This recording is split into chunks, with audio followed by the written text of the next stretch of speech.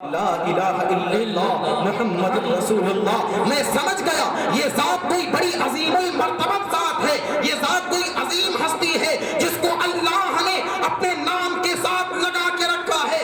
اللہ نے کہا اے آدم تم نے صحیح پہچانا، تم نے صحیح پہچانا، وہ ذات میرے نزدیک اتنی عظیم المرتبت ہے، وہ ذات میرے نزدیک اتنی پاکیزہ ہے کہ اگر اس ذات کو نہ پیدا کرنا ہوتا تو یہ آدم تم کو بھی نہ پیدا کرتا۔ کیا مطلب نکلا اس حدیث کا؟ اگر میرے آقا اس دنیا میں نہ آتے تو اللہ آدم کو اس دنیا میں نہ بھیجتے، میرے آقا نہ ہوتے 1,24,000 انبیاء نہ ہوتے، میرے آقا نہ ہوتے اولیاء نہ ہوتے، میرے آقا نہ ہوتے ابدال نہ ہوتے، میرے آقا نہ ہوتے اغواث نہ ہوتے، میرے آقا نہ ہوتے جن و بشر نہ ہوتے، میرے آقا نہ ہوتے شمس و قمر نہ ہوتے، میرے آقا نہ ہوتے آسمان و زمین نہ ہوتے، میرے آقا نہ ہوتے عرش و کرسی نہ ہوتی، میرے آقا نہ ہوتے لوح و قلم نہ ہوتے، میرے آقا نہ ہوتے علماء نہ ہوتے، میرے آقا نہ ہوتے عظماء نہ ہوتے، میرے آقا نہ ہوتے ادبا نہ ہوتے، میرے آقا نہ ہوتے تو اس کائنات کے ایک ذرے کو بھی نہ بنایا جاتا۔ نعرہ تکبیر، نعرہ تکبیر، مرزا جمال القرآن، مرزا جمال القرآن، نعرہ تکبیر۔ اسی لیے کسی شاعر نے کہا تھا کہ وجود فطرت کے سربراہ پر جو نام احمد رقم نہ ہوتا یہ نقش ہستی ابھر نہ سکتی، وجود اللہ و قلم نہ ہوتا اور اگر نہ ہو اگر یہ نام تو بلبل کا ترنم بھی نہ ہو، جانے طہر میں کلیوں کو تبسم بھی نہ ہو، یہ نہ ساقی ہو تو پھر میں بھی نہ ہو، غم بھی نہ ہو، بسم توحید بھی دنیا میں نہ ہو، تم بھی نہ ہو، خیمہ افلاک کا استادہ اسی نام سے ہے، نبض ہستی تپش آمادہ اسی نام سے ہے۔ سبحان اللہ۔ بزرگوں دوستوں، میرے آقا اس دنیا میں نہ آتے تو اللہ اس کائنات کو نہ بناتا۔ یہ بلند و بالا آسمان، یہ زمین کا پانی پر بچھ جانا، یہ پہاڑوں کی بلندیاں، یہ دریاؤں کے تلاطم، یہ سمندر کی طغیانی، یہ اللہ نے میرے محبوب اپنے محبوب کے صدقے اور طفیل میں بنایا ہے۔ تو غور کرو، جس کا کلام وہ بھی اعلیٰ اور جس پر یہ کلام اترا وہ بھی سب سے اعلیٰ، وہ بھی سب سے برتر، وہ بھی سب سے مقدس، اور جس کے ذریعے سے قرآن اتارا گیا وہ بھی سب سے قدرت والا۔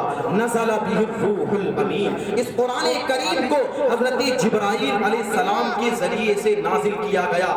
فرشتوں میں سب سے بڑا مرتبہ حضرت جبرائیل کا ہے، 4 فرشتے سب سے مقرب ہیں، حضرت جبرائیل، حضرت میکائیل، حضرت اسرافیل، حضرت عزرائیل۔ ان چاروں فرشتوں میں سب سے بڑا مقام، سب سے بڑا مرتبہ حضرت جبرائیل علیہ السلام کا ہے، جن کی قدرت کا یہ کہنا، جن کی قدرت کا یہ معاملہ ہے کہ میرے آقا نے فرمایا جبرائیل علیہ السلام اگر اپنی اصلی صورت میں آ جائیں تو ان کا ایک پر مشرق میں ہوگا تو دوسرا پر مغرب میں ہوگا۔ یہ ان کی قدرت، یہ ان کی یہ جسم و جسامت اور یہ ان کی ہیکل، یہ ان کی جسم و جسامت ہے۔ تو قرآن جس پر اترا وہ بھی اعلیٰ، قرآن جس کے ذریعے سے اترا وہ بھی اعلیٰ۔ قرآن مقدس نہ بدلا ہے نہ بدلے گا۔ میرے بھائیوں، آج جو قرآن کریم کی چند آیتوں کو بدلنے کی بات کرتے ہیں، وسیم رضوی نے قرارداد پیش کی کہ 26 آیتوں کو حذف کر دیا جائے۔ میں کہتا ہوں یہ حقیر کہتا ہے، یہ فقیر کہتا ہے، تمہیں معلوم نہیں ہے یہ دعویٰ نیا نہیں ہے، اس سے پہلے عرب کے لوگوں نے بھی یہ دعویٰ کیا تھا، عرب کے فصحاء نے دعویٰ کیا تھا، عرب کے بلغاء نے دعویٰ کیا تھا، تمام عرب کے فصحاء نے کہا تھا کہ یہ محمد یہ کلام تمہارا گڑھا ہوا ہے، یہ اللہ کا کلام نہیں ہے۔ اس وقت اللہ کی طرف سے چیلنج ہوا تھا، اللہ نے فرمایا تھا قل ان کنتم فی ریب مما نزلنا علی عبدنا فاتوا بسورۃ من مثلہ۔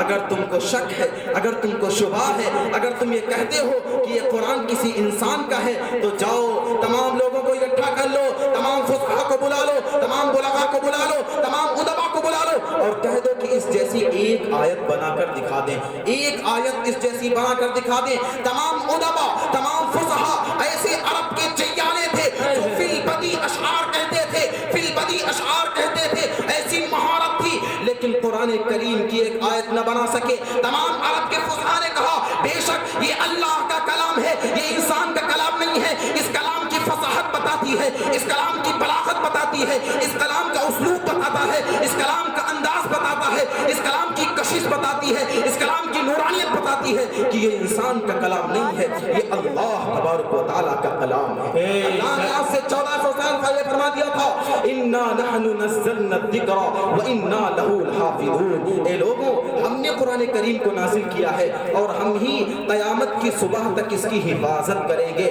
اللہ نے اور بھی آسمانی کتابیں نازل کی، لیکن کسی کتاب کی ذمہ داری اپنے ذمے نہیں لی، کسی کی حفاظت کی ذمہ داری اپنے ذمے نہیں لی۔ تورات بھی اتارا، زبور بھی اتارا، انجیل بھی اتاری، لیکن کسی کی حفاظت کی ذمہ داری اللہ نے اپنے ذمے نہیں لی۔ لیکن جب قرآن اتارا تو اللہ نے اعلان کر دیا اے میرے محبوب، اس کی حفاظت کی ذمہ داری آپ کے ذمے نہیں ہے، میں اس کو اتاروں گا اور میں ہی اس کی حفاظت کروں گا۔ اللہ نے حفاظت کر کے دکھلا دیا۔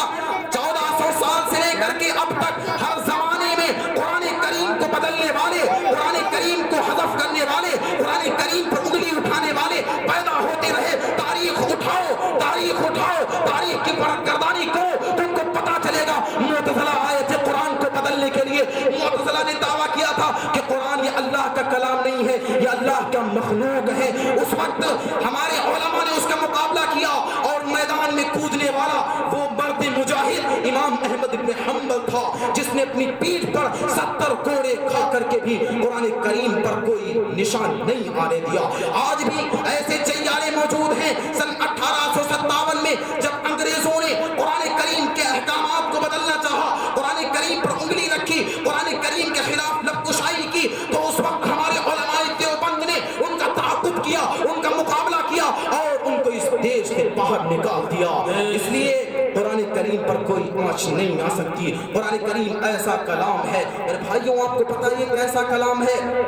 اگر کوئی شخص اس قرآن کریم کو اپنے دل میں محفوظ کر لے، اگر اس کا کوئی حافظ ہو جائے، میرے آقا نے فرمایا کہ حافظ قرآن کے ماں باپ کو اللہ تعالیٰ کل قیامت کے دن چاند اور سورج سے زیادہ چمکدار تاج عطا کریں گے۔ لوگ دیکھیں گے کہ سونے کے ٹیلوں پر بیٹھے ہوئے ہیں، ان کے سر کے اوپر سونے اور چاندی، چاند اور سورج سے زیادہ روشن اور چمکدار تاج رکھا ہوا ہے۔ لوگ کہیں گے ارے یہ کون ہے؟ یہ کوئی بہت بڑے بزرگ ہیں کیا؟ یہ کوئی بہت بڑے ولی ہیں کیا؟ یہ کوئی بہت بڑے فقیر ہیں کیا؟ نہیں نہیں نہیں، یہ فلاں دیہات میں رہنے والا مزدوری کر کے خون پسینے سے کما کر کے اپنے بچے کو مدرسے میں بھیج کر کے حافظ بنانے والا یہ جاہل آدمی ہے۔ اللہ نے اس کے بیٹے کی حافظ قرآن ہونے کی برکت سے اللہ نے آج اس کو سورج اور چاند سے زیادہ چمکدار تاج عطا کیا۔ سبحان اللہ۔ قرآن کے تقدس کا کیا کہنا، قرآن کے مرتبے کا کیا کہنا، قرآن کے مقام کا کیا کہنا۔ میرے آقا نے فرمایا کہ حافظ قرآن کو اللہ تعالیٰ میدان محشر میں اس کو 10 ایسے سرٹیفکیٹ عطا کریں گے جس سے وہ ایسے لوگوں کو جنت میں لے جائے گا جن کے اوپر دوزخ واجب ہو چکی ہوگی۔ اللہ تعالیٰ 10 سرٹیفکیٹ دیں گے، 10 گویا ویزا دیں گے اس کو۔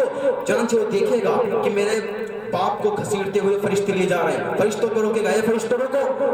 کہا کون ہو تم؟ کہا میں حافظ قرآن ہوں، یہ دیکھو میرے پاس سرٹیفکیٹ موجود ہے، یہ میرے پاس ویزا موجود ہے، لو اور میرے باپ کو چھوڑ دو۔ باپ کو چھوڑ دیا جائے گا، اس کے بعد دادا کو لے جایا جائے گا، دادا کے پاس جائے گا، ارے فرشتوں کہاں لے جا رہے ہو؟ یہ میرے دادا ہیں، میرے پاس 9 سرٹیفکیٹ موجود ہیں، لو۔ تو اسی طریقے سے اپنے خاندان کے 10 ایسے لوگوں کو حافظ قرآن جنت لے جائے گا جن کے اوپر دوزخ کی آگ حرام، دوزخ کی آگ واجب ہو چکی ہوگی، دوزخ کی آگ واجب ہو چکی ہوگی۔ میرے بھائیوں، حافظ قرآن کا تو مرتبہ یہ ہوگا، اللہ فرمائیں گے اقرا ورتقی، پڑھتا جا، چڑھتا جا، پڑھتا جا، چڑھتا جا، اور جتنے جنت کے درجات ہیں قرآن کریم کی آیات بھی اتنی ہیں۔ چنانچہ حافظ قرآن کا درجہ جنت کے سب سے آخری درجے میں ہوگا، جنت کے سب سے آخری منزل میں ہوگا۔ میرے بھائیوں، یہ کلام مقدس کا مرتبہ ہے، لیکن میں کہتا ہوں لوگوں سے، لوگوں قرآن کریم کی بے حرمتی نہ کرو۔ اگر کوئی دوسرا قرآن کریم پر انگلی اٹھاتا ہے تو تم اس کے لیے لڑنے کے لیے تیار ہو جاتے ہو۔ بتاؤ تمہارے دل میں قرآن کی کتنی عظمت ہے؟ تم نے اپنے بچوں کو قرآن پڑھایا کہ نہیں پڑھایا؟ یاد رکھو، اپنے بچوں کو قرآن کریم کی تعلیم دینا فرض عین ہے۔ طلب العلم فریضۃ علی کل مسلم و مسلمہ، قرآن کریم کی بچوں کو فرض عین ہے، جو شخص اپنے بچوں کو قرآن نہیں پڑھاتا وہ مجرم ہے، وہ گنہگار ہے، وہ فاسق ہے، اور یہ ایسا گناہ ہے جو توبہ سے معاف نہیں ہوگا۔ توبہ سے تمام گناہ معاف ہو جاتے ہیں لیکن حقوق العباد معاف نہیں ہوتا۔ اگر آپ نے اپنے بچے کو قرآن سے جاہل رکھا، قرآن نہیں پڑھایا، تو یہ اپنے بچے کے حق میں حق تلفی ہے۔ اس گناہ کو اللہ معاف نہیں کریں گے جب تک کہ آپ کا بچہ قرآن نہ پڑھ لے، اس وقت تک یہ گناہ معاف نہیں ہو سکتا۔ قرآن کریم کا یہ مقام ہے، اور میں عصری تعلیم یافتہ لڑکوں سے بھی کہتا ہوں کہ تم شوق سے MBS بنو، M.Tech بنو، IAS بنو، PCS بنو، انجینئر بنو، ڈاکٹر بنو، آفیسر بنو، پروفیسر بنو، سب کچھ بنو، لیکن یاد رکھو قرآن کریم کی تعلیم حاصل کرو۔ تم جس طریقے سے میتھ کی کوچنگ کرتے ہو، تم یہ سائنس کی کوچنگ کرتے ہو، تم انگلش کی کوچنگ کرتے ہو، اسی طریقے سے تم کسی حافظ قرآن کے پاس قرآن کریم کی کوچنگ کرو، قرآن کریم پڑھو۔ یاد رکھو اگر تم قرآن کریم سے غافل رہے، ان یہودیوں کو مساجد سے دشمنی نہیں ہے، ان یہودیوں کو اللہ سے کوئی دشمنی نہیں، اللہ کو تو یہ بھی مانتے ہیں، ان یہودیوں کو دشمنی ہے قرآن کریم سے، ان یہودیوں کو دشمنی ہے مدارس اسلامیہ سے، ان یہودیوں کو دشمنی ہے رسول اللہ کی ذات سے۔ اگر تم قرآن سے ناواقف رہے، قرآن سے جاہل رہے، تو یہودی تمہیں مٹا دیں گے، یہودی تمہیں مٹا دیں گے، یہودی تمہارے اوپر حملے کریں گے اور تم کو جھگڑے اور فساد میں مبتلا کر دیں گے۔ قرآن کریم سے غافل رہنے والوں کا انجام یہی ہوتا ہے۔ حضرت مولانا مفتی مولانا محمود الحسن جب مالٹا کی جیل سے تشریف لائے تو تمام لوگ جمع تھے۔